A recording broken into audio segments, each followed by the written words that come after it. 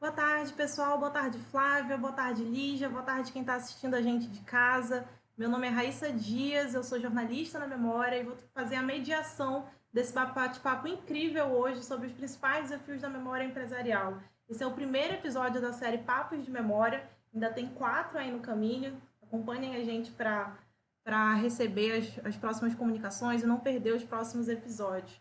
Pessoal, muito obrigada por estarem aqui hoje comigo nessa conversa, compartilharem com a gente conhecimento, a história de vida de vocês, história profissional. Eu queria começar esse episódio do Papo de Memória pedindo para vocês se apresentarem um pouquinho da formação de vocês e também da experiência profissional. Bom, começamos? Deixa eu começar, então. Bom, boa tarde. Antes de mais nada, obrigada pelo convite, porque realmente eu acho muito importante estar conversando sobre a questão da memória, principalmente hoje em dia, quando a ciência está sendo tão combatida, né? A pesquisa, a ciência e o conhecimento. Mas, enfim, eu sou formada em História, eu sou historiadora, com especialização em organização de arquivos, e eu fiz mestrado em História Econômica, sou mestre em História Econômica. Muito cedo, na década de 80, no final de 80, em 1988, eu com mais 2 amigos abrimos a Tempo e Memória, que para exatamente se dedicar a trabalhos na área de memória empresarial, na área de história de empresas e organização de arquivos. E desde então, mais de 30 anos, eu estou trabalhando nessa área e eu acho que é uma área muito rica, embora uma área muito complicada, mas é uma área muito rica, e tenho formado muita gente, e eu tenho aprendido muito com as pessoas que atuam nessa área, porque é uma área muito generosa. É uma área onde as pessoas elas trabalham muito em grupo, é uma área onde nós aprendemos muito e compartilhamos muito. Também eu queria agradecer, né, a Memória da Eletricidade, inclusive pela parceria com a ABME, que nós vamos falar depois um pouco, né, Flávia, sobre a ABME, a Associação Brasileira de Memória Empresarial, e a oportunidade de ter essa conversa aqui hoje. Eu tenho uma trajetória que, por um lado, é bem semelhante, né, Flávia, a sua. A gente não tem muita saída. Não é por acaso. Então, eu fiz História na USP, e depois eu segui meus estudos, eu fui para a PUC de São Paulo e fiz um mestrado em Sociologia. Ainda na época da graduação, eu tive a oportunidade de fazer um estágio e, depois de formada, trabalhar como consultora na Fundação do Desenvolvimento Administrativo, que era um órgão do Estado que fazia apoio à gestão pública, estudava, pesquisava e dava apoio à gestão pública. E a Fundap, naquele momento, isso nos anos 80, estava começando a se interessar, então, pela questão dos arquivos. E ela, então, fez dali um espaço, né, de conhecimento sobre esse tema dentro da perspectiva da gestão pública, mas isso não só executivo, legislativo e judiciário. Então, eu tive uma oportunidade ainda, bem cedo, de fazer diagnóstico nos arquivos do Tribunal de Justiça do Estado de São Paulo, da Assembleia Legislativa e de algumas secretarias. Essa experiência foi muito marcante para mim, porque até então eu, como pesquisadora, aquilo que falam que estava do outro lado do balcão, né? Eu, como pesquisadora, eu usava, né, as fontes de pesquisa, mas eu não tinha nenhum conhecimento e nenhuma vivência com a preservação desses acervos, que não era um tema muito conversado na nossa época, lá na Universidade de São Paulo. Alguma. Né, nem um pouquinho. Então, assim, eu tive essa experiência e, para mim, ela foi muito marcante e me levou a fazer uma especialização na Universidade Federal Fluminense, em arquivologia, porque aqui em São Paulo nós não tínhamos nenhuma formação nessa área. Bom, a partir daí eu tive noção do quanto, né, que se a gente não cuidasse, que se a gente não pensasse como arquitetar maneiras mais eficientes para garantir que essas fontes fossem preservadas, de fato a gente teria não só menos oportunidades para pesquisa acadêmica, mas a gente também estaria fechando várias possibilidades para a sociedade, para as pessoas de um modo geral. Né, que tem nessas fontes uma oportunidade de rever as suas trajetórias pessoais e coletivas. Então, assim, e para as empresas não. Então, assim, eu fiz como a Flávia, eu também me juntei aos colegas, logo depois de formada, me juntei a outros colegas, todos de lá da história da USP, e montamos uma empresa para atuar nesse segmento. Segui meus estudos também na academia, dentro da sociologia, mas nunca mais saí da área de memória empresarial. Muito tempo depois, eu acabei me associando a uma outra empresa que já estava nesse mercado, que é a Grifo, e aí eu já peguei essa fase de mudança, que acho que nós vamos comentar um pouco aqui, uma mudança grande nessa área, né? Então, o surgimento de centros de memória, uma aproximação da memória de outras áreas da cultura. Isso me levou também a fazer formação na área de gestão cultural, na PUC, depois uma formação de curadoria na Belas Artes, para poder dar conta dessas outras demandas, porque é uma área que foi se diversificando bastante, do ponto de vista do alcance. Trabalhamos com leis de incentivo, que no momento estão, infelizmente, totalmente sucateadas, mas já deram bastante apoio para que a gente pudesse fazer produtos de memória que alcançassem um público mais amplo. E, assim, para fechar, eu acho o seguinte, eu volto por a mesma alegria que eu tive naquela época, já ouvi falar, como é importante isso, né? Então, tem um trabalho interessante aqui, história, né? Que a gente pode trabalhar para que as fontes permaneçam, né? E a gente dê acesso novamente. E hoje eu sinto a mesma coisa, eu estou bem reconciliada com a história e com esse trabalho nessa medida, né? De acreditar que realmente é muito importante que a sociedade tenha condições de acessar documentos, acessar acervos. E eu estou falando documentos de uma perspectiva bem ampla, não só os públicos e nem só os oficiais. Documentos, depoimentos audiovisuais, mas que ela tenha acesso a rever as histórias a partir dessa oportunidade. Então, cabe a nós, né, continuar trabalhando com isso. Não, isso é muito importante. Eu me lembro bem que o que me moveu muito para esse lado foi quando eu fui fazer o mestrado. E mesmo os arquivos no final da década de 70, começo de 80, quando eu estava fazendo mestrado, eles eram muito mal equipados, equipes muito ruins, porque não existia curso de arquivo praticamente. Então, eu lembro que para fazer uma tese, eu tinha que ser amiga, conseguir fazer amizade com o diretor, com a diretora do arquivo, que aí disponibilizava aquele documento que ela achava interessante.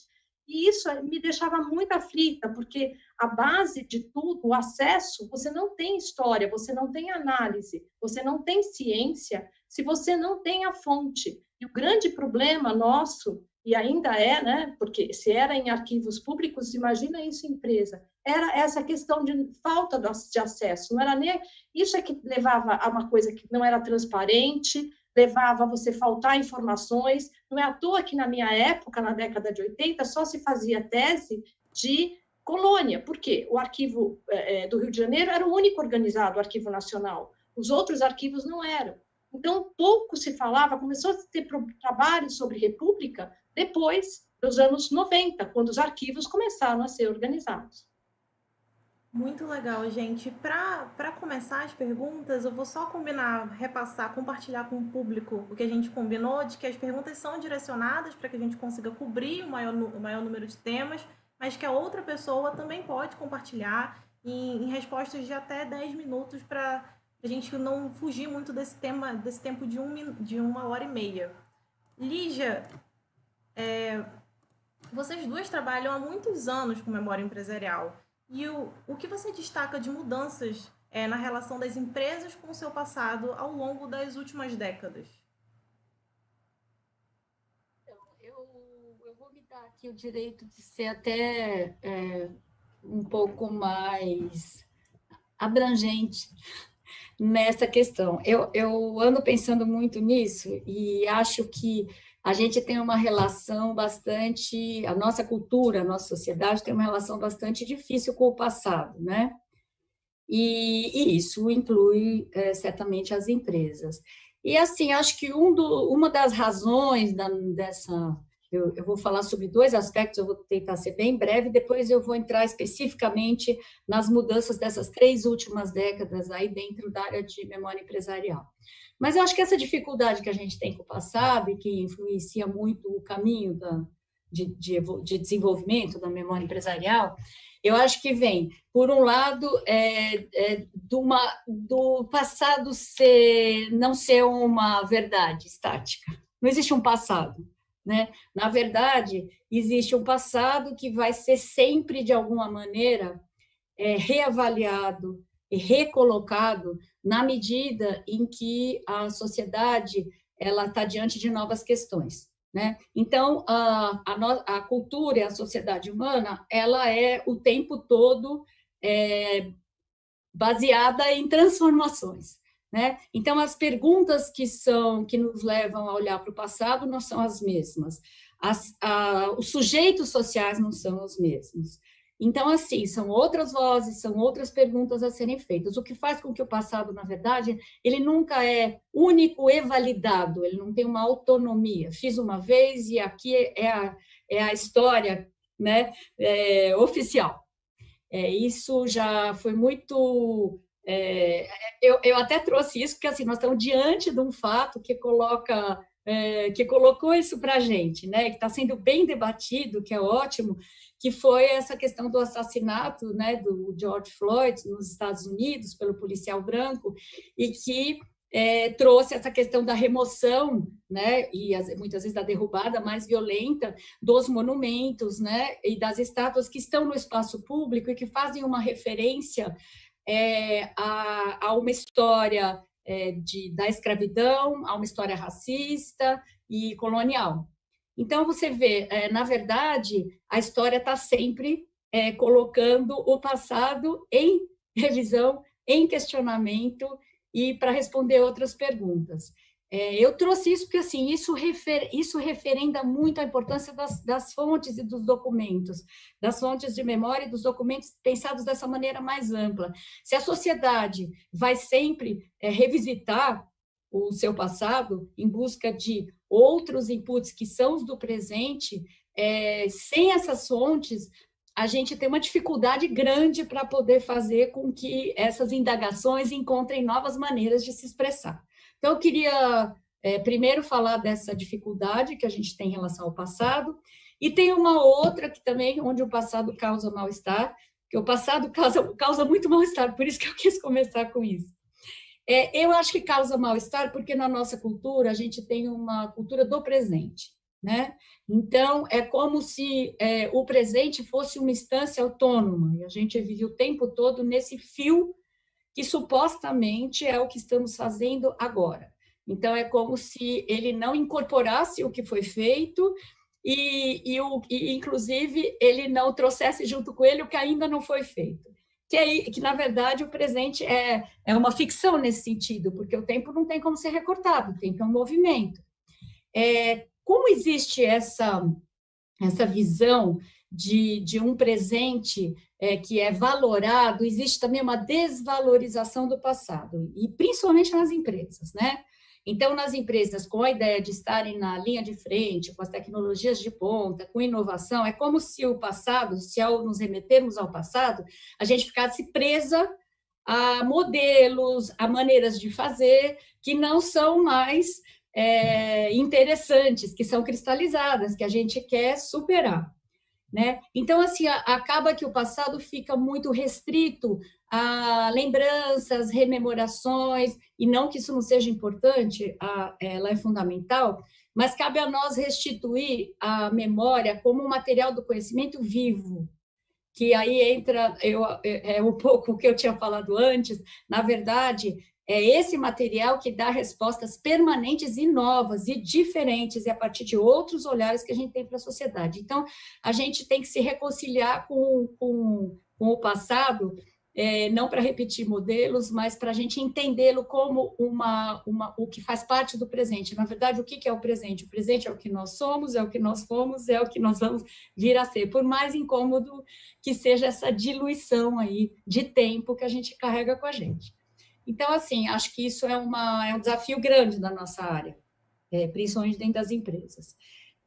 Aí, assim, já voltando para falar mais, eu acho que era o sentido da sua pergunta, mais diretamente, nessas últimas décadas aí, a gente falou que nós começamos a trabalhar com isso, eu e a Flávia, nos anos 80, e nós pegamos toda a mudança que começa com a ascensão da internet, do boom de informações que marca a nossa cultura, a partir de meados dos anos 90, e depois ela vai até o limite que nós conhecemos hoje, né?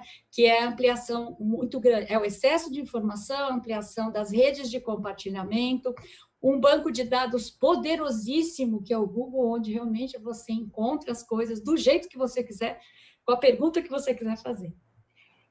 Então, ao mesmo tempo que a informação se tornou um ativo tão valioso, ela também ela passa a exigir filtros, seleções. Por quê? Memória seletiva. Nossa memória é seletiva, né? Nós temos uma massa de conhecimento acumulada muito grande, mas a gente acessa, a gente não lembra de tudo.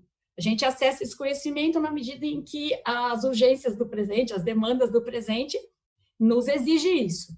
Então, assim, do mesmo modo, esse excesso de informação e essa facilidade de tecnologias de compartilhamento e de busca acabam por exigir que a gente aprimore os nossos filtros, as nossas seleções e as nossas curadorias. Então, eu entendo que os centros de memória, os museus, os arquivos ganham aí uma importância, né, exatamente porque são as áreas que fazem isso profissionalmente, né? A gente cria esses filtros. Então, assim, eu acho que isso é bastante significativo para explicar por que a partir dessas 3 últimas décadas ganha tanta relevância os centros de memória, embora eles ainda sejam invisíveis. Aí tem as contradições, né?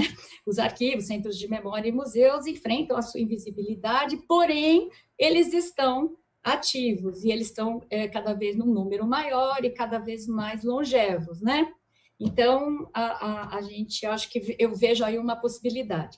E, por último, eu queria falar sobre a importância que ganha a informação, e nesse momento em que as empresas são chamadas também a ter mais transparência, né? Então, exatamente esse mesmo período que é dessa grande mudança para uma cultura digital, fez com que as empresas trouxessem a transparência para a sua governança e reforçassem os canais de relacionamento. Então, hoje, o valor de uma marca de produto, uma marca corporativa, ela não se restringe mais aos benefícios que esse produto ou serviço entrega, né? Hoje existe uma conexão muito grande entre qual o significado dessa empresa e dessa marca para a sociedade. Então, essa ideia do valor social, ela exige que a empresa construa sua identidade com mais atenção. E na construção de identidade, estamos diretamente falando de história, né? Não tem, na verdade, como você falar de identidade se você não for não só relatar, como, de fato, associar sua prática ao seu discurso. É o que você fez, é o que você faz no seu cotidiano e na sua forma de agir. Então, eu acredito que são esses fatores que são marcantes nessas últimas 3 décadas e positivos, né, do ponto de vista do Centro de Memória Empresarial, e explica porque, apesar das agruras e dificuldades, não vamos nos esquecer que estamos numa área que é da cultura, né? Nós ganhamos uma importância, uma relevância, e temos muito trabalho pela frente. Com certeza. Flávia, se você não tiver algum comentário adicional, eu queria que você trouxesse, nesse contexto que a Lígia apresentou, de transformação da informação e da comunicação em relação ao passado, eu queria que você falasse um pouquinho para a gente como está o cenário da memória empresarial e quais são os desafios que se tem hoje. Que seria exatamente para complementar a resposta da Lígia, porque se de um lado a gente tem todo esse cenário, de outro a gente tem muitos desafios pela frente. Eu acho que todo esse processo que vem vindo há 3 décadas, como a Lígia colocou, a minha sensação, né, é que ele se intensificou extremamente nesse último ano. 2020 trouxe assim uma realidade muito, uma velocidade para essas transformações de uma forma assim muito violenta, né? E eu acho que esse é o principal desafio, porque toda vez que você tem esse tipo de movimento muito de uma forma muito abrupta, né? Por mais que ele tivesse sendo formado hoje, com a questão do home office, com a questão da tecnologia, quer dizer, todo mundo teve que, de alguma forma, aprimorar toda essa questão digital, a questão dos acessos, todas essas questões que a Lígia colocou, elas apareceram de uma forma muito mais evidente, inclusive a questão da negação do passado, né? Dessa negação da história, e isso num ambiente extremamente polarizado, né, do ponto de vista ideológico, do ponto de vista comportamental, eu não digo nem só ideológico, de direita e esquerda, mas de tudo, quer dizer, ficou um clima extremamente polarizado e você tem um terror, né, porque a pandemia, ela trouxe a ideia de que você tem quase o final do mundo. Então, você tem um presente que é estanque, não tem nada com o passado, todo mundo, ninguém tem perspectiva do que foi o passado, ninguém consegue imaginar que isso está dentro de toda uma cadeia, que você tem todo um processo de história, quer dizer, essa pandemia não surgiu do nada, né? Da mesma forma como a Lígia estava colocando. Então, o que acontece? Essa negação, ela de alguma forma, ela prejudica muito também os centros de memória, porque se, de um lado, você vinha vindo numa perspectiva de que cada vez mais as empresas elas estavam preocupando com essa especialização da curadoria, com a especialização, sabe, de buscar especialistas e buscar, de uma forma, tratar essa identidade, e, de alguma forma, isso está incorporado à estratégia de negócio, que esse é o grande desafio do centro de memória, ele está dentro das estratégias de negócio das empresas.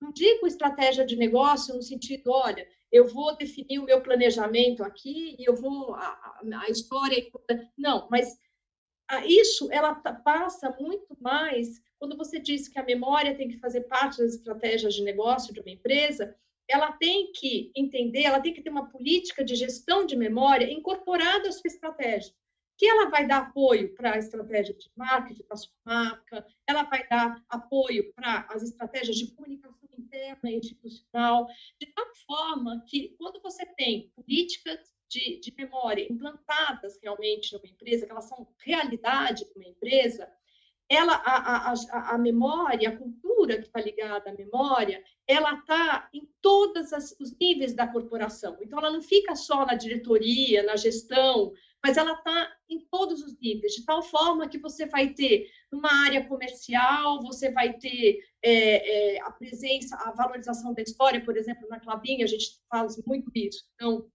quando a gente tem, quando existe algum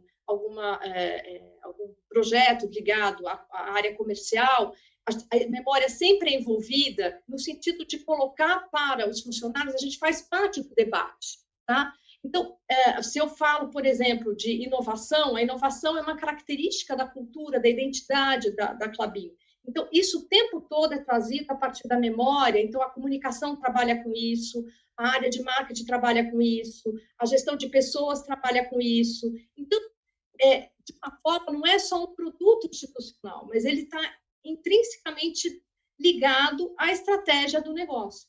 Quando você tem uma política como essa, de negação da história, uma polarização, onde o conhecimento e a informação, tudo que é ciência é negado, tá certo?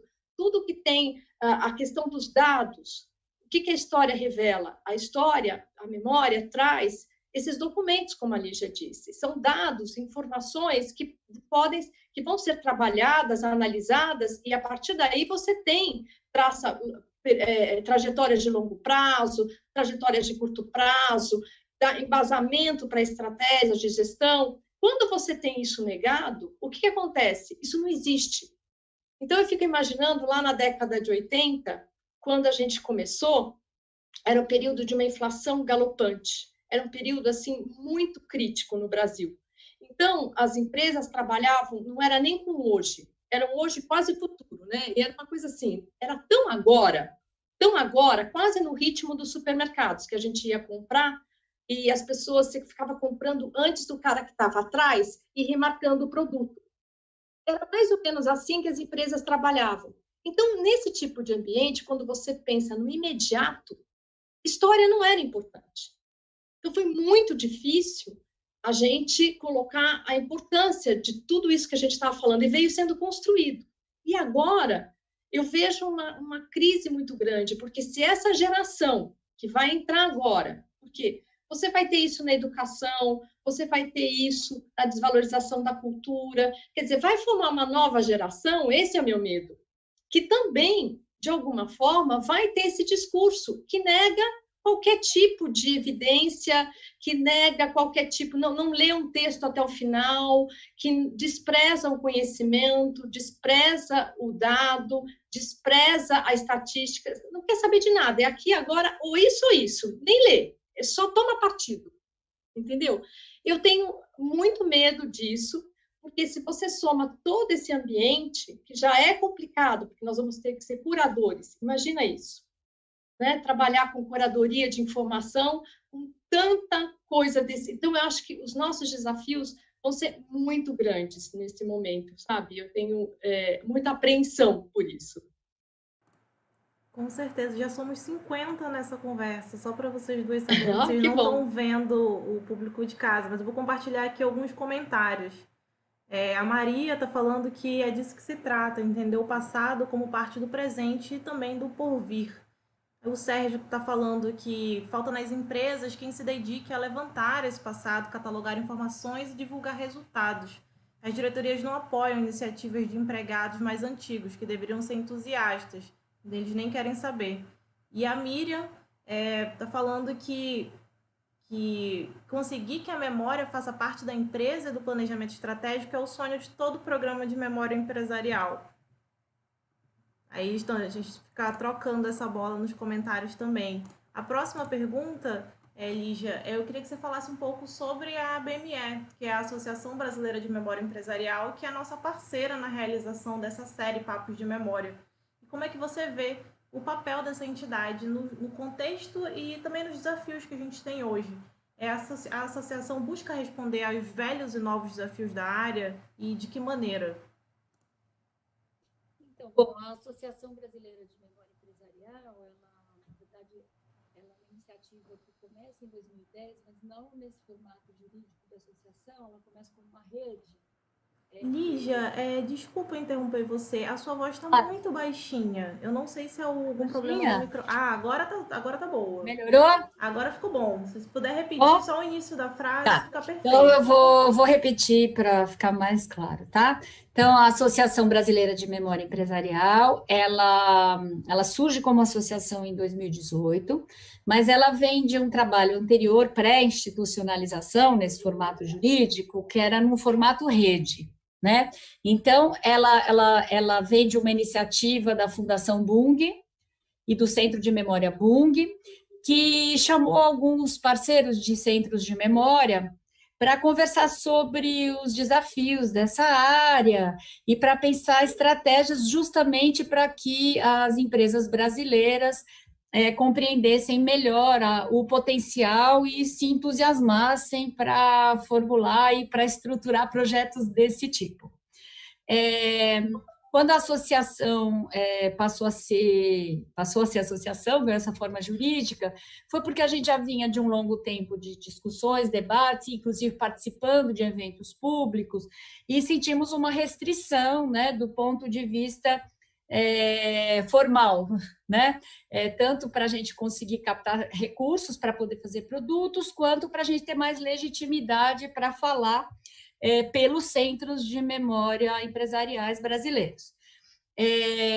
Bom, então nós começamos a funcionar, vamos dizer, 2019, né? Então nós tivemos pouco tempo para se estruturar e logo já pegamos essa situação mais difícil, né? Da pandemia.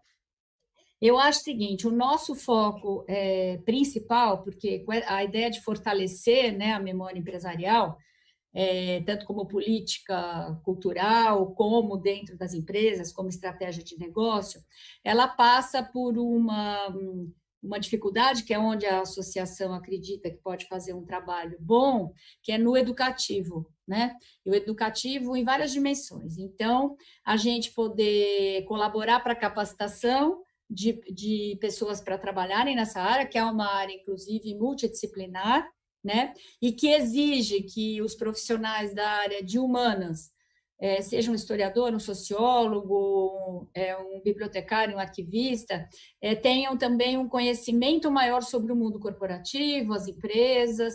Existem lacunas aí, né, nessa formação, e também, como a gente falou lá no começo, os historiadores acabam que são uma profissão que acaba sendo bastante recrutada para centros de memória, e nem todos tiveram formação também nessa área de acervos documentais, de arquivos, particularmente, que é uma metodologia bastante utilizada é a metodologia utilizada hoje para fazer a organização dessas fontes.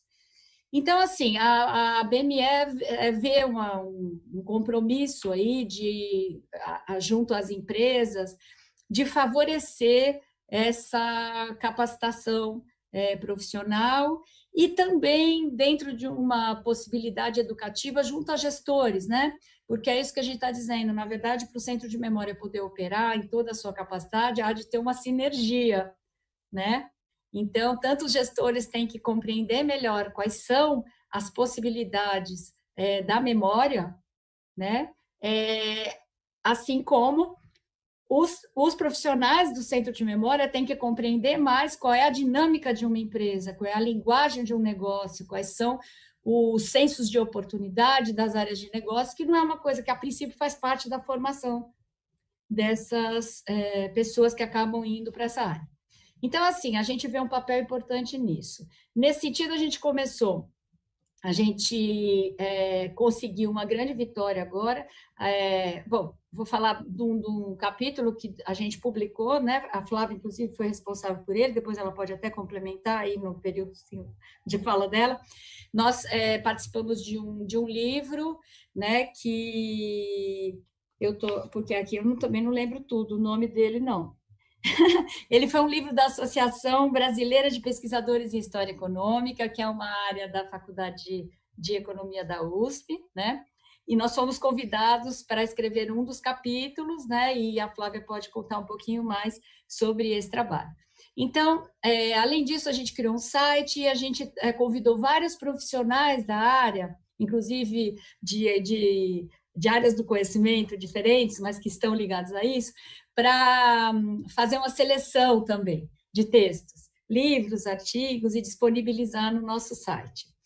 Temos um trabalho em rede social, que é inclusive para a gente se divulgar e angariar um público também maior, né, sensibilizar sobre essa questão da memória empresarial. E a gente teve uma grande vitória agora, que foi a possibilidade de organizar um curso, que é a nossa meta desde o início. Então, a associação conseguiu teve um encontro com a USP, né, com a biblioteca a Brasiliana, e a gente vai agora, então a gente tentou colocar o banner aqui para divulgar o curso é um curso de um semestre, o curso vai ter aulas online, pela situação que nós estamos, né, e que a USP, inclusive, está fazendo assim todos os cursos, né, então ele vai de agosto a novembro, e as inscrições vão ser abertas em julho. Eu já vou falar aqui a data, que eu vou olhar na minha colinha, que eu já esqueci. Mas esse curso, ele dá certificação, ele conta, inclusive, com pessoas no corpo docente que são professores da USP, de mais de um departamento, alguns, inclusive, são conselheiros da BME, e nós acreditamos que vai ser uma experiência muito interessante. Existiu uma ausência de um curso desse tipo no momento em São Paulo. Então, nós estamos realmente bem felizes de poder oferecer. E o curso gratuito, né? Que, inclusive, na verdade, o fato dele ser online, nesse momento, tem as suas, né, dificuldades, mas pode ser até muito bom, porque ele vai permitir que pessoas também fora de São Paulo, do Brasil todo, tenham condições de participar, né? Eu acho o seguinte, aqui, quem quiser saber mais, né, sobre o curso, tem um banner que está na nossa rede social da BME, tá? Porque a gente não conseguiu colocar aí, né, Raíssa? Então, eu só queria achar aqui na minha... Mas eu não estou achando qual é o período da inscrição, mas é julho, tá? Quem tiver interessado tem que se agilizar, porque ele terá vagas limitadas, né? Então, eu acho que essa função educativa, e que a gente espera, inclusive, poder ampliar, né? Considerando as limitações do momento, mas elas são passageiras, e a gente vai ter possibilidade. A BME não nasceu ela nasceu para ser duradoura, então nós acabamos de começar, né? E a gente acredita também que a gente tem talvez um grande potencial também junto às escolas que são as formadoras, né, de gestores, porque realmente a gente acredita que esse é um caminho importante para que a gente consiga chegar a um caminho mais interessante de trabalho dos centros de memória, para os profissionais da área e para as empresas, né, que de fato elas consigam usar a memória e ter menos problemas com o seu passado, né? Inovar na visão e na maneira como entende o passado, como parte do presente. Muito legal. Acho que eu respondi, né? Respondeu sim. Sobre a BME, o Alberto Júnior faz uma pergunta aqui. Se ela ajuda no desenvolvimento de centros de memória de qualquer empresa ou ela só dá suporte às associadas? Mas a finalidade dela foi exatamente essa, dar suporte e, ao mesmo tempo, porque uma coisa que eu acho importante, até ela citou a questão do texto, né? Além dessa questão educativa, a BME, ela surgiu mesmo para a gente poder fortalecer essa área. Então, em todos os sentidos. Então, a questão da educação, de formação técnica é um aspecto, mas a questão também de você poder compartilhar experiências e apoiar a formação de outros centros de memória, a gente entende que essa é uma forma de você fortalecer a área, né? Então, com certeza, nós estamos abertos, inclusive até por isso que a gente disponibiliza uma ferramenta. O site não é só de divulgação, mas o nosso site, ele é mesmo com conteúdos que possam permitir que as empresas interessadas e pessoas interessadas possam utilizar essas informações, esses conteúdos, para poder se organizar os seus centros de memória e ter apoio. Esse foi exatamente a finalidade, porque a nossa área é uma área que acabou surgindo muito de uma forma espontânea, né? Ela não está ligada à universidade, então foram empresas como a Tempo e Memória, a Grife e outras empresas, Museu da Pessoa, que foram surgindo para cuidar dessa memória empresarial, porque a história econômica, ela teve um outro... A história empresarial dentro da área de história econômica, na economia, na faculdade de economia e tal, ela teve um outro caminho, e é muito mais recente, né? É uma coisa que está começando a se desenvolver agora, até por conta dessa própria dinâmica de você não ter centros de memória acessíveis, né? Porque aquilo que a Lígia falou no começo, como os pesquisadores de história econômica, por exemplo, podem trabalhar com história de empresas se eles não têm acesso aos documentos, né? Se eu só tenho acesso aos documentos públicos, eu não vou ter acesso à história da indústria, à história das empresas brasileiras. Não tem como. Os documentos, a memória documental não está aí. Então, como eu posso escrever sobre esse momento, sobre esses assuntos, sem ter os documentos, sem ter essa memória documentada, esses registros? Então, eu acho que esse artigo que nós fizemos, inclusive, foi exatamente isso. A gente buscou alguns pesquisadores da área de história econômica para entender como é que eles desenvolveram os seus trabalhos, os que tinham buscado centros de memória, para a gente poder entender quais as dificuldades e o que eles encontraram lá, para a gente poder também fazer uma reflexão como os centros de memória podem atender esses pesquisadores. Estamos preparados ou não? Quais são os nossos desafios para que a gente prepare essa documentação para atendê-los e ter uma história econômica do Brasil realmente de peso, uma história de empresas do Brasil de peso, assim como tem o restante da América Latina e tem nos Estados Unidos e na Europa. Né? Então, essa foi a reflexão que a gente fez a partir de trabalhos de pesquisadores da área de história econômica que estão trabalhando com acervos de empresas. Né? Foi uma reflexão nossa. Então, com certeza, a gente está aqui, fomos criados exatamente para atender.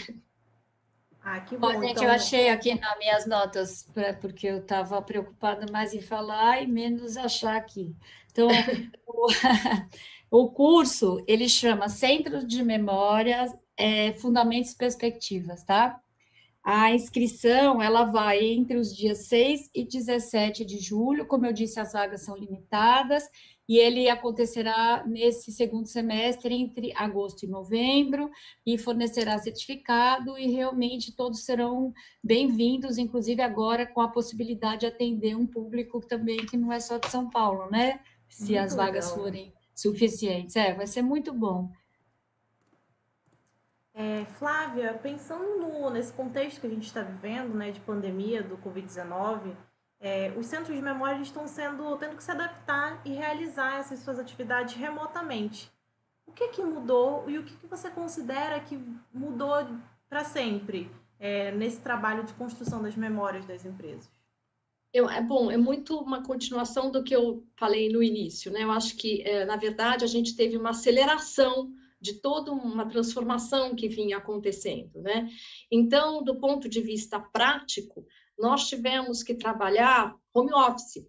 Então, isso foi muito importante, porque todo o trabalho que a gente tem feito de organização dos acervos e o esforço que a gente tem feito para deixar esses acervos disponíveis e acessíveis, foi fundamental esse esforço, porque isso permitiu que a gente pudesse trabalhar com a nossa documentação online, né? E a gente pudesse continuar as atividades online de atendimento, sobretudo porque as empresas, nesse momento, elas precisaram muito do nosso trabalho.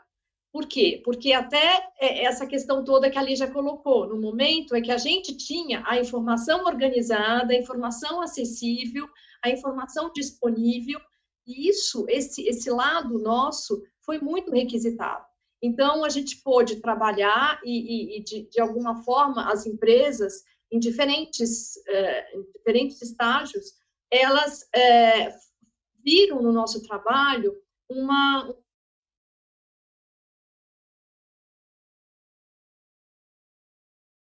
Apagando o som, né? Flávia, você me escuta? Já? Está escutando? Agora sim. Não, deu algum tilt aqui.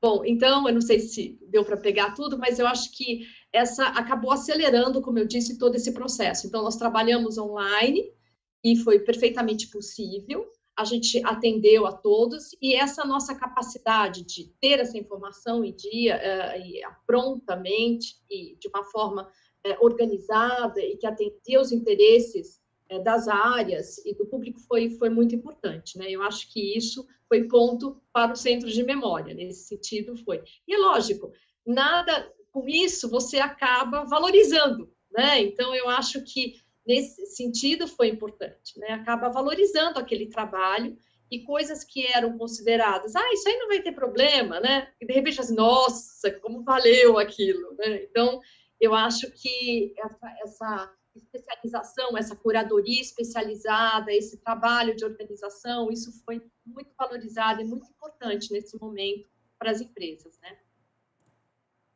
Muito legal. Gente, eu vou trazer uma pergunta já dos convidados, que tem bastante pergunta legal aqui. A Maria Luísa Paiva está perguntando Na verdade, ela gostaria que vocês comentassem qual o papel do profissional de comunicação social para comunicar a memória empresarial interna e externamente. Lígia, fala aí, querida. Tua vez. Está pegando essa questão agora, inclusive da Covid, por exemplo. Ficou mudo. Está ouvindo? Agora deu. Está ouvindo? Tá. Então, assim, inclusive aproveitando até o gancho da Covid, que eu acho que fica bastante claro, né? Eu acho que quando a gente realmente sempre fica associado àquilo, voltando àquela questão, né?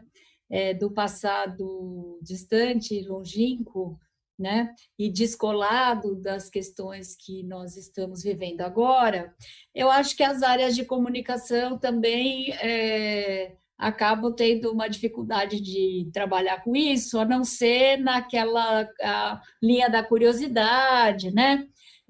Uma coisa meio vintage, que algumas marcas permitem isso, mas nesse plano da curiosidade, e acho que o interessante mesmo não é esse. Então, por exemplo, eu falo da Covid porque, olha, como as empresas estão atuando, né? E num momento como esse, de crise sanitária, então, não só as mudanças mesmo na forma de trabalhar, as mudanças dentro da empresa, mas como a empresa se relacionou com isso, né? Com esse momento difícil que a sociedade está passando.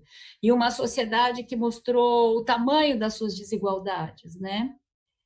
Não que nós não soubéssemos, mas, na verdade, nós não sabíamos tanto, né? Ou não tínhamos essa clareza, né? De uma repercussão tão dramática, né? De uma sociedade desigual. Então, eu acho que as empresas, nesse momento, e a comunicação tem um trabalho aí, né? Importante, e nós, em conjunto, de registrar e de documentar como que as empresas se colocaram diante desse momento. Isso se não for feito, não necessariamente fica documentado, né? Porque eu não estou falando de registros oficiais, não são necessariamente documentos oficiais. Então, assim, como que a empresa se colocou? Isso é muito importante na comunicação, tanto interna quanto externa. Interna, porque nós estamos tendo uma revolução dentro do modo de trabalhar, que já estava meio engatinhando, mas que ela caiu na nossa vida como como se a gente tivesse acordado em outro mundo, né? Então, existe sim um trabalho importante da comunicação no sentido de, bom, esta empresa lida assim com seus colaboradores diante de uma situação dessa, né? Esse é o nosso jeito de fazer. Somos transparentes ou não, né? Como que a gente está lidando com os formadores de opinião nesse momento? Como que a gente está lidando, e particularmente com as comunidades onde a gente atua, né? O que a gente está fazendo? Qual que é o nosso compromisso? E não estou falando de filantropia, não. Né? Estou falando de hoje a comunicação trabalha em outros termos, né? Que não é mais a filantropia. Então, eu acho que mais do que nunca é importante quando tem um momento de grande transformação, e nossa, acho que difícil desse porte, né? Que mexeu com praticamente todas as instâncias da vida social, nada escapou. Mas eu acho que é um momento privilegiado para a gente entender como que a história se faz no presente, sim, como nós temos um papel como gestores de centro de memória e equipe de centro de memória, de ver as melhores formas de deixar isso documentado e como a gente trabalha em parceria com as áreas de negócio, entre elas a comunicação, para fazer com que a empresa, de fato, consiga melhorar o seu diálogo e transmitir isso, o que eu estou fazendo afinal, e como eu estou fazendo. E isso é aí a relação de identidade, né? Quem sou eu? Como é que eu me coloco diante das crises? Como é que eu me coloco diante das comunidades onde eu atuo? Como é que eu me coloco em relação a uma sociedade mais justa, né? Menos desigual, não só do ponto de vista econômico, mas racial, que você vê todas essas questões vieram, né? Foram colocadas.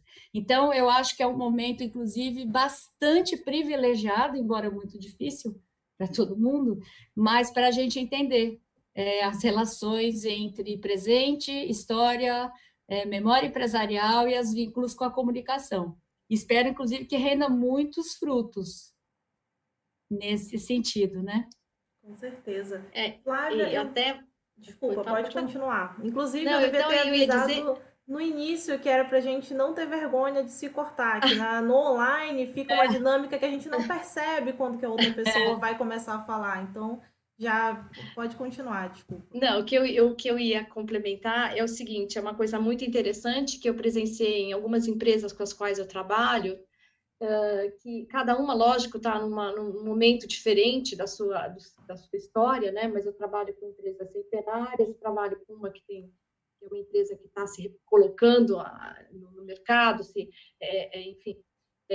E uma coisa interessante é que como elas, nessa busca, né, de que, olha, como é que nós estamos posicionando, como hoje a gente está agindo, então que a comunicação está muito focada nisso, ao mesmo tempo, eles vão buscar algumas coisas muito interessantes, porque como nada é por acaso, então se a empresa é isso hoje, de alguma forma isso, o presente não é só aquele, né? Então você tem toda essa trajetória. Então a gente vai recuperar porque as empresas centenárias, com certeza, passaram por algumas outras crises muito violentas, como guerra no Brasil, a própria febre, a gripe espanhola, e você vai ver que algumas coisas, né, você percebe algumas atitudes, não no formato, olha, vamos repetir, mas são alguns valores que acabam sendo reforçados ou revisitados e que são muito importantes nesse novo diálogo, nessa nova narrativa que as empresas estão criando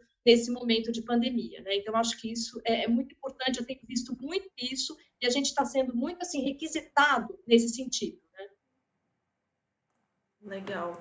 Lígia, agora eu queria que você explicasse um pouco sobre o trabalho de construção da história de uma empresa, no que diz respeito a esse processo de seleção do que é lembrado e do que é esquecido.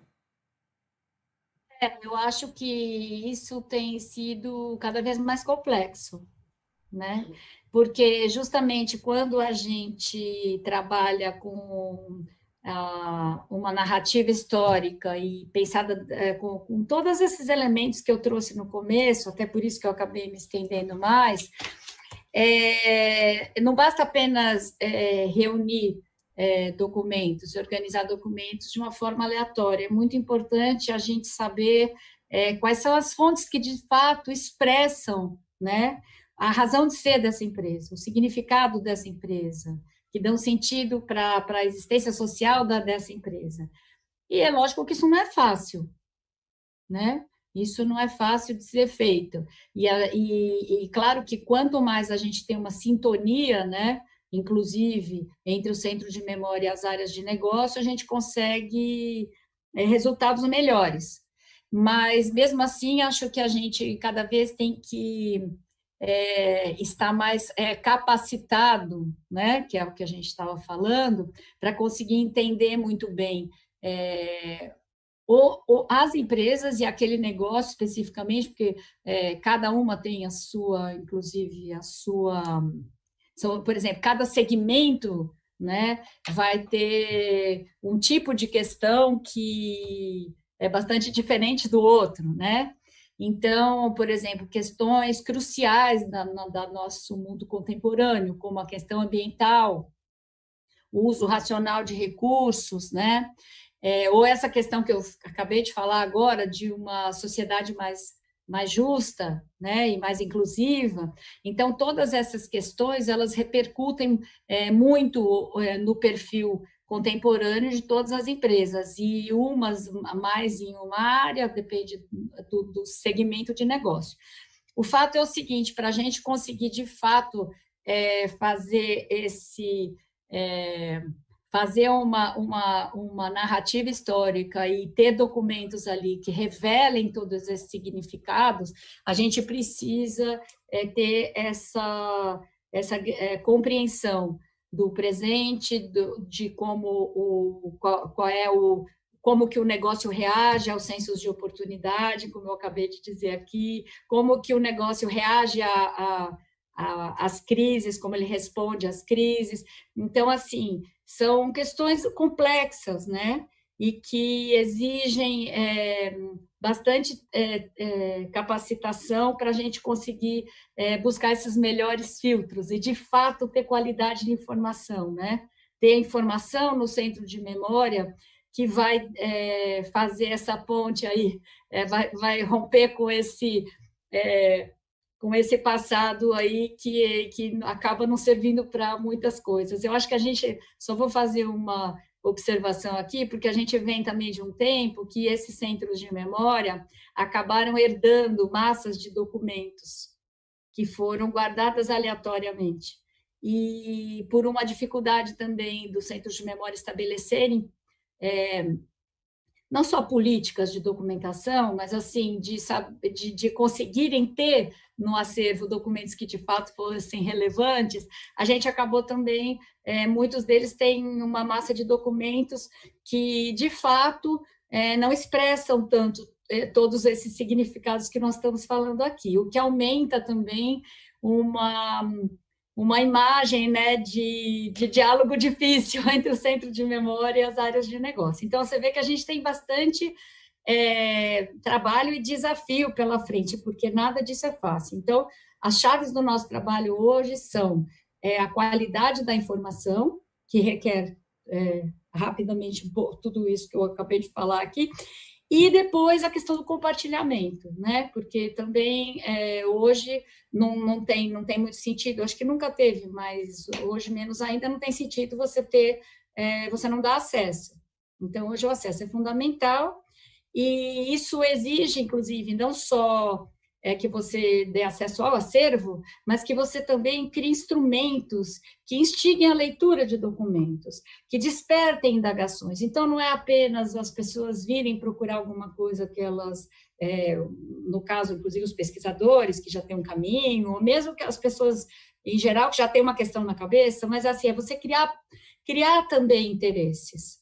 Né? É você fazer com que esse documento do centro de memória chegue, de alguma maneira, nas pessoas, instigue debate, traga novas perguntas. Então, nós também temos esse papel, que também não é nada simples, é o papel das áreas culturais que lidam com informação, né? E com a curadoria de documentos. Então, acho que temos muitos desafios, mas realmente a área tem se tornado cada vez mais instigante.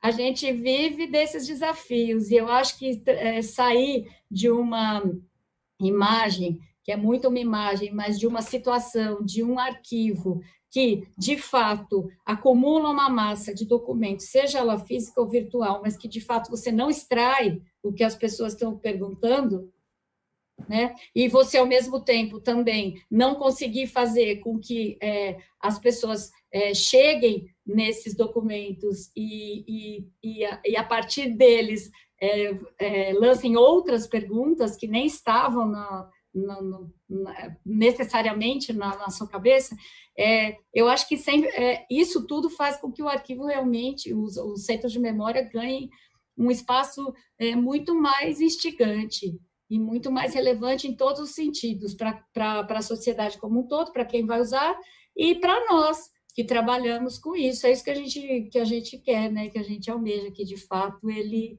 tenha um valor para a sociedade. Com certeza. E aí, trazendo esse gancho que você trouxe, né, das especificidades de cada empresa, de cada setor, eu queria perguntar para a Flávia quais que são essas dificuldades na construção dessas memórias empresariais, de acordo com os acervos, com os tipos de acervo que as empresas têm, e com essas especificidades de cada empresa e cada setor. Sabe, Raíssa, eu acho assim que a questão do acervo, a Lígia colocou bem, né? Eu acho que a grande questão é, muitas vezes, a gente ter essa massa documental que até por um estereótipo, né? Quando as empresas, eu tenho essa massa documental, já vem com essa proposta, mas o que eu acho que mais distingue uma empresa de outro, um trabalho de outro, é muito mais o que ela pretende, de que forma que essa memória, quando ela vem nos pedir algum trabalho ligado à memória, que ela quer fazer um trabalho de memória, é de que forma essa proposta de se implantar uma política e buscar registrar a memória desse empreendimento, dessa empresa, ela está vinculada a que estratégia? Qual é a pergunta? Qual é a demanda? Né? Porque isso é que vai direcionar até o tipo de trabalho que você vai fazer. Porque a gente, como trabalhando para empresas, principalmente no meu caso e da Lígia também, né, que nós trabalhamos como nossas empresas se dedicam a trabalhos de desenvolver trabalhos de memória nas empresas, tá certo? Cada uma, ela tem uma demanda específica. Então, não adianta eu ter todo um conceito do que tem que ser um centro de memória, se a demanda dela não é essa. Porque ela sempre tem uma pergunta, sempre tem, ninguém chega a um trabalho de memória sem ter uma demanda, uma pergunta. Tá? Muitas vezes, essa demanda traz consigo outras demandas que a empresa não percebe. E isso a gente vai revelando de acordo com o trabalho. Mas, por exemplo, se você faz... Se a empresa, a preocupação dela é, por exemplo, tem casos assim, olha, é um filho, é uma segunda geração assumindo, tá certo? Então, você está falando de uma empresa familiar. É uma coisa muito específica. Então, a empresa familiar tem questões de sucessão, de governança. Cada momento da história dela também é importante, porque vai trazer, não importa qual é o marco, o significado que tem aquele momento na história da empresa. Então, muitas vezes, você tem, por exemplo, eu lembro de uma empresa que eu fiz, a Drava, por que ela queria isso? 30 anos. 30 anos é um marco, tudo bem, podia ser 25, 29, não importa. Por quê? Porque você estava assumindo uma nova geração. E ele, o filho, que era o filho único do fundador, queria, de fato, ali marcar uma ruptura. Uma ruptura, mas mais do que ruptura, uma aliança, né? O trabalho da memória foi uma aliança entre a empresa do pai e a nova empresa que ele estava construindo, porque ele estava reposicionando a empresa, mas sem deixar os valores que vinham dessa empresa. Então, era um marco. Então, ele queria fazer um registro da história, tá? Então, ele não estava muito preocupado com a organização de acervos e tal. Muito diferente, por exemplo, de uma outra empresa que quer organizar um centro de memória porque ela quer que tenha um setor que pense na memória daquela empresa, que atue junto com as outras áreas, que faça parte das estratégias de negócio. Então, isso é muito diferente, né? Então, o trabalhar, isso vai variar muito. Se você vai estar um centro de memória numa empresa que é capital aberto, tem um sentido. Se você está em uma empresa de uma empresa familiar, tem outros sentidos, outros papéis. Então, a questão da governança, a questão da ligação da cultura corporativa com a família. Sempre o centro de memória tem um papel fundamental nisso. Então, eu acho que esses desenhos, né, de centros de memória e os trabalhos como eles são desenvolvidos, eles vão depender muito dessa estratégia, desse olhar da empresa demandante. E muitas vezes existem empresas que querem olhar o seu passado simplesmente como, não digo simplesmente porque aí eu estou usando juízo de valor, mas ter a ideia de que aquele centro de memória é alguma coisa estática, é um passado que parou. Então, eu quero tornar ali, concretizar, é um mito, aquele passado, tá? Que foi uma época de glória, e eu quero deixar ali, e eu não vai ter nenhuma comunicação, não vou compartilhar, mas eu só vou olhar para ele. Tem um papel. E tem outras empresas, e o centro de memória, como a Lígia coloca, como eu coloco, é um centro de memória que olha para o futuro, né? Mas nem toda empresa pensa dessa forma, porque pode ser um outro papel. Então, a gente tem que ver exatamente de que forma que isso se coloca para uma empresa, né? Qual é a demanda que ela tem, estratégia, dentro da estratégia de negócio que ela tem mesmo, né? Entendi. Gente, eu vou trazer algumas perguntas do público agora. A Érica Loureiro, ela está pedindo para vocês comentarem sobre o papel do público e da sociedade das empresas na memória empresarial. Como incorporar essa perspectiva do público e envolvê-los em ações de memória?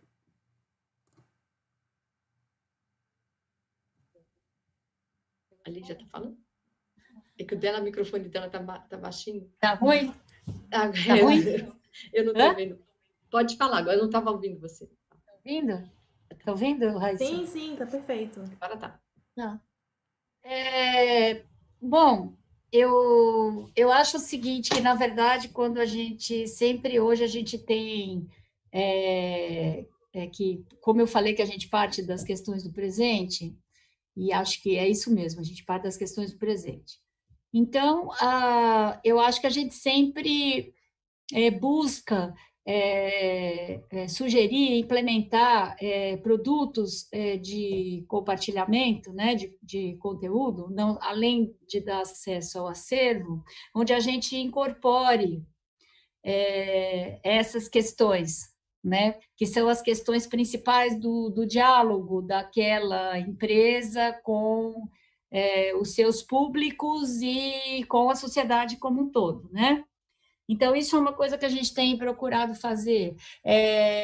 Naturalmente, também existe uma demanda maior nesse sentido, né? Então, por exemplo, que é para ficar um pouco mais claro, a gente trabalhou num projeto de um museu virtual da farmácia para uma empresa, para um cliente que é a Raia Drogasil.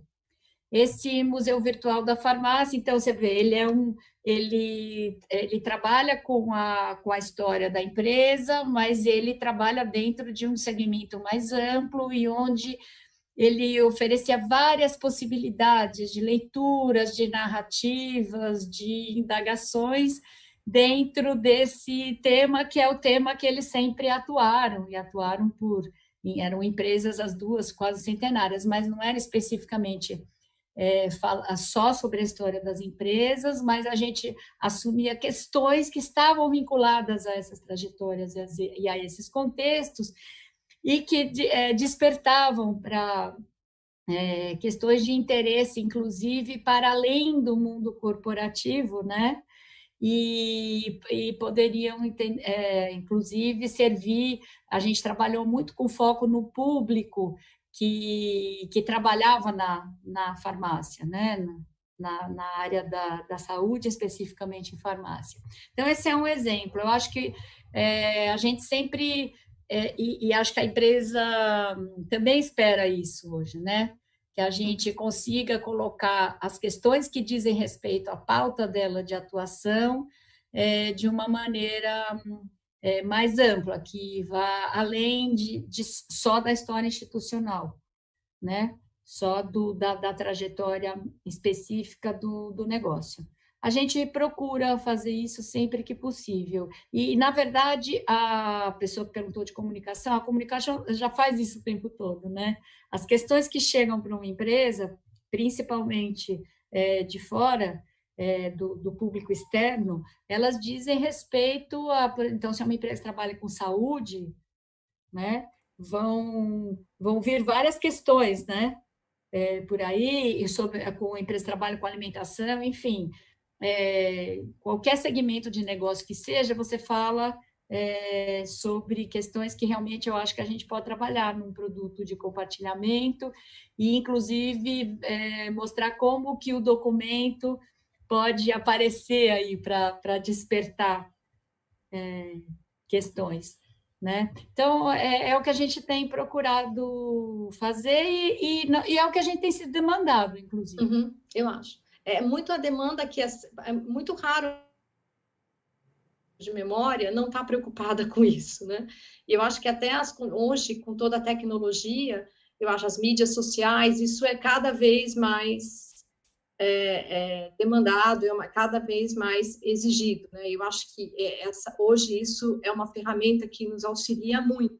Se antes a gente tinha essa dificuldade tinha material, mas a gente não tinha como extrapolar, como divulgar isso, né? Tinha que fazer uma exposição que era cara, um livro. Hoje você tem formas muito mais baratas, é uma coisa muito mais acessível, o que permitiu que a gente faça trabalhos bem legais, focados nessa questão mais ampla para atender todos os stakeholders e tudo mais. Hoje é bem mais fácil trabalhar do que antigamente, não é, Lídia? Falando em redes sociais, o Alberto Júnior faz uma pergunta exatamente sobre isso.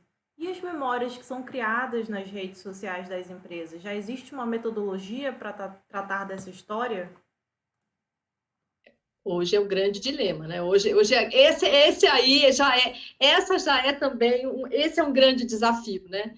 Mas eu acho que é uma coisa que a gente já tá fazendo, né? Já está tentando fazer, tentando ver uma política que abranja isso, ter condições de preservar e até não só ferramentas para fazer isso, mas também para poder avaliar esse tipo de documentação e guardar esse tipo de documentação, enfim.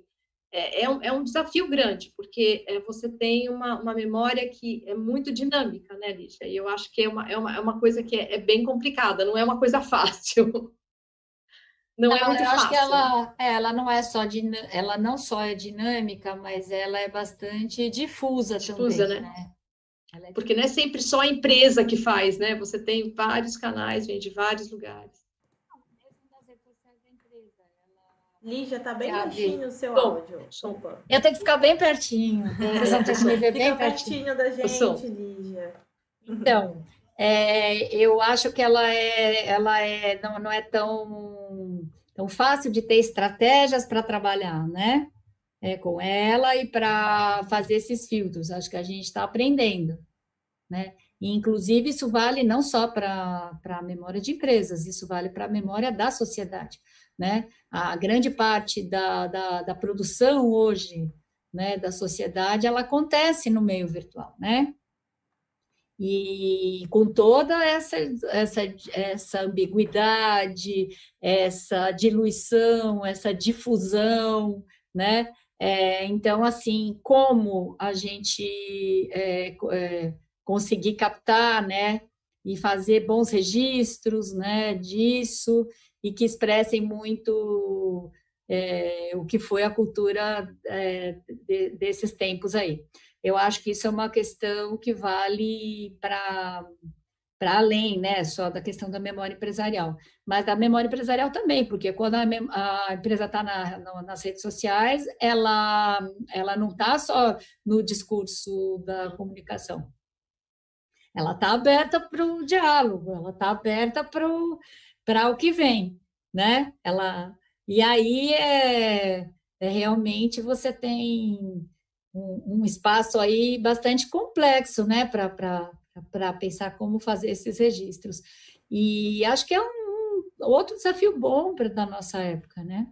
Porque eu acho que hoje a gente é muito chamado a pensar como registrar ações que não ficam mesmo. Hoje o mundo ele tem essa fluidez aí, né? Então elas não ficam registradas. Elas não ficam registradas mais em nenhum suporte mais convencional e mesmo no virtual, nem sempre, né? Tem coisas que acontecem e você tem que criar registros que não existem, né? Então, acho que são todos desafios bem instigantes, que tornam nosso trabalho bem mais interessante. Mas não tem uma resposta, não, temos que trabalhar. A gente está trabalhando. Muito bom. Gente, a gente está caminhando já para o final da nossa conversa e a última pergunta eu costumo pedir indicação de livros, filmes, podcasts que vocês ou estão lendo agora e gostando ou conteúdos que vocês consideram referência no tema que a gente conversou hoje. Então, o espaço aberto para vocês, se alguma quiser começar. Posso falar? Pode.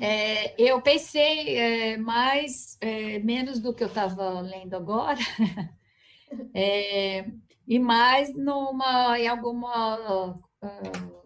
alguma coisa que amarrasse um pouco o que a gente conversou aqui, né?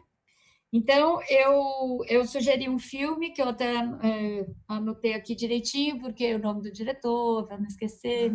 Então, tem péssimo para isso. O Vendedor de Passados, que eu não sei se vocês tiveram a oportunidade de assistir. O Vendedor de Passados é um filme de 2015. Ele é bastante instigante, como diz o nome, né? A gente já dá para entender mais ou menos, né? Por onde vai, mas eu vou explicar.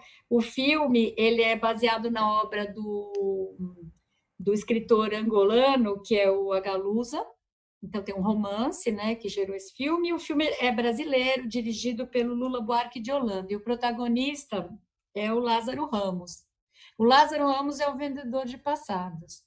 E eu acho que ele é instigante, o roteiro é instigante do romance, e ele foi bem trabalhado no filme, que é exatamente esse profissional, né, bastante questionável, ou, enfim, esdrúxulo, né? Ele vive exatamente de criar passados para pessoas que, por vários motivos diferentes, precisam de novas identidades. Então, desde questões políticas até outras de ordem existencial.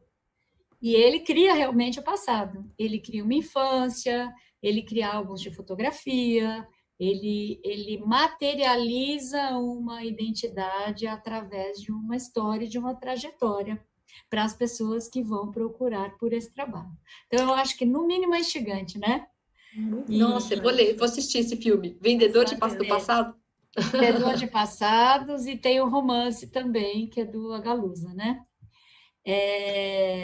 Bom, aí de livro eu vou fazer uma recomendação, que é que eu ensaiei, né, para mostrar, né? Que é o livro sobre centros de memória, que foi uma edição do SESC, de 2015. Ele foi escrito pela professora Ana Maria Camargo, que foi nossa professora também, né, Flávia? Ana Maria Camargo, que também faz parte do conselho hoje da Associação Brasileira de Memória Empresarial, e pela Silvana Goulart, que também é minha sócia na Grifo e que trabalha com essa área de arquivos há muito tempo. E esse livro, que é especificamente sobre centros de memória, ele aprofunda muitas conversas que aqui foram pelo menos pontuadas, né? Nem daria para ser diferente, mas eu acho que vale muito a leitura, acho ele muito atual dentro das coisas que a gente conversou. E como a gente falou sobre essa questão das políticas de esquecimento, da memória, eu trouxe a questão, inclusive, do assassinato do George Floyd, essa questão da remoção das estátuas no espaço público. Eu também sugiro a leitura desse livro, também é uma edição do SESC, da professora Gisele Beigelman, que ela é professora da FAO e também é artista, e é a Memória da Amnésia, Políticas de Esquecimento. É um livro que ele tem grande parte do trabalho dela, inclusive como artista, ela trabalha com isso, e ele está muito relacionado a essas questões, né, de como as narrativas da história fazem sempre essas escolhas, e como elas vão ser revistas, né? O que você escolheu num determinado momento para esquecer, depois elas vão ter outras vozes e outras situações que vão questionar essas narrativas, né? E, inclusive, no espaço público, que é do que se trata a questão das estátuas, e que a Gisele trabalhou com isso na cidade de São Paulo. Então, é muito interessante, eu recomendo muito a leitura. Esse livro é de 2019, também é edição do SESC. Então, essas são as minhas sugestões. Bom. Obrigada, Lígia. Flávia, agora é com você. Bom, eu não fiz a lição de casa, eu esqueço todos os nomes de filmes, todos que eu assisto, eu assisti muitos filmes que seriam muito interessantes para reflexão sobre isso, mas eu teria que ter feito o trabalho que a Lígia fez e buscar o nome e tudo mais, porque eu não lembro mais os nomes, que são filmes extremamente interessantes sobre isso, que fazem a gente refletir sobre essa questão, sobre a memória, eu acho que é uma coisa fundamental. Eu estou lendo alguns livros muito legais, mas também pode parecer incrível, mas eu não consigo nem lembrar o nome do autor português que eu estou lendo. Eu gosto muito do Saramago, do arquivo, mas também não lembro o livro que eu acho incrível, que ele fala sobre o arquivo. Você lembra, Lígia?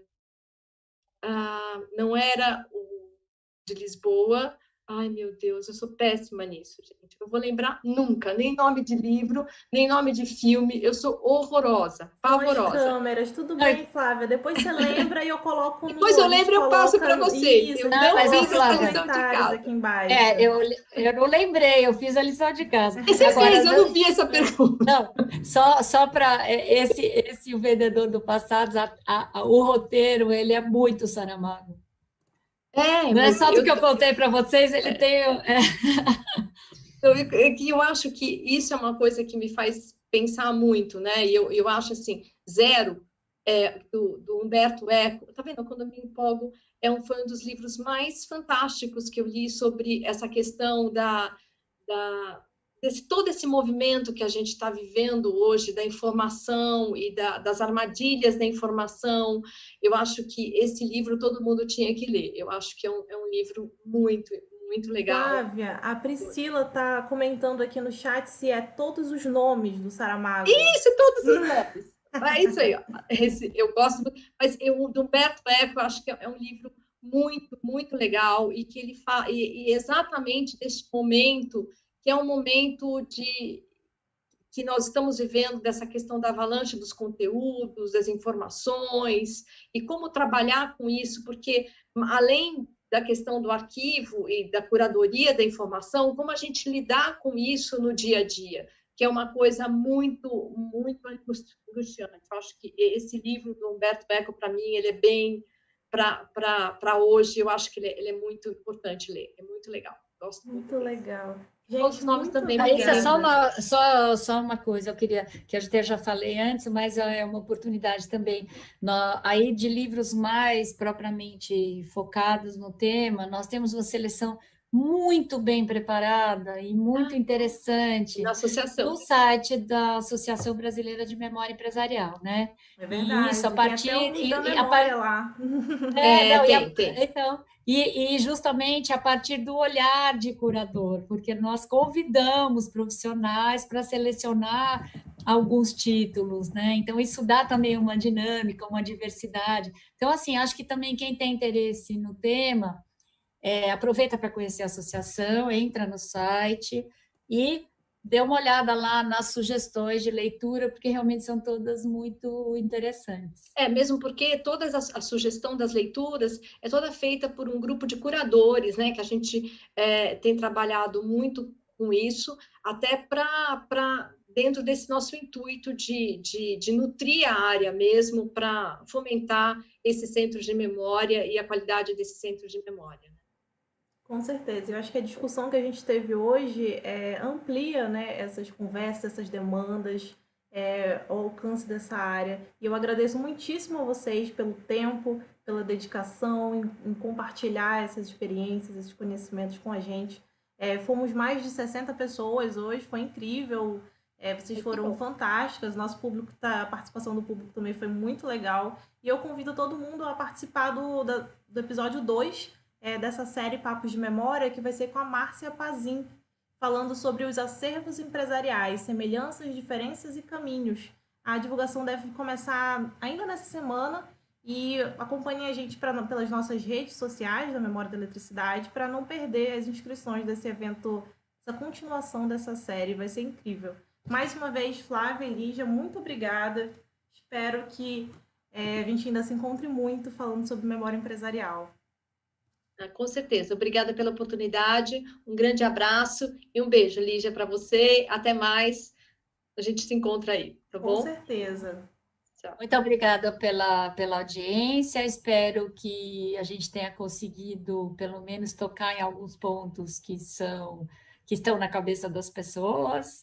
E a Márcia Pazin recomendo, é nossa conselheira da Associação Brasileira de Memória Empresarial, e inclusive é uma das que fez uma seleção de títulos no nosso site. E ela realmente é uma das pessoas mais capacitadas para falar sobre isso. Vai ser incrível. É isso, gente. Muito obrigada, viu, pela oportunidade. Obrigada, tchau. Beijinho, até a próxima. Um abraço, tchau, até mais, tchau.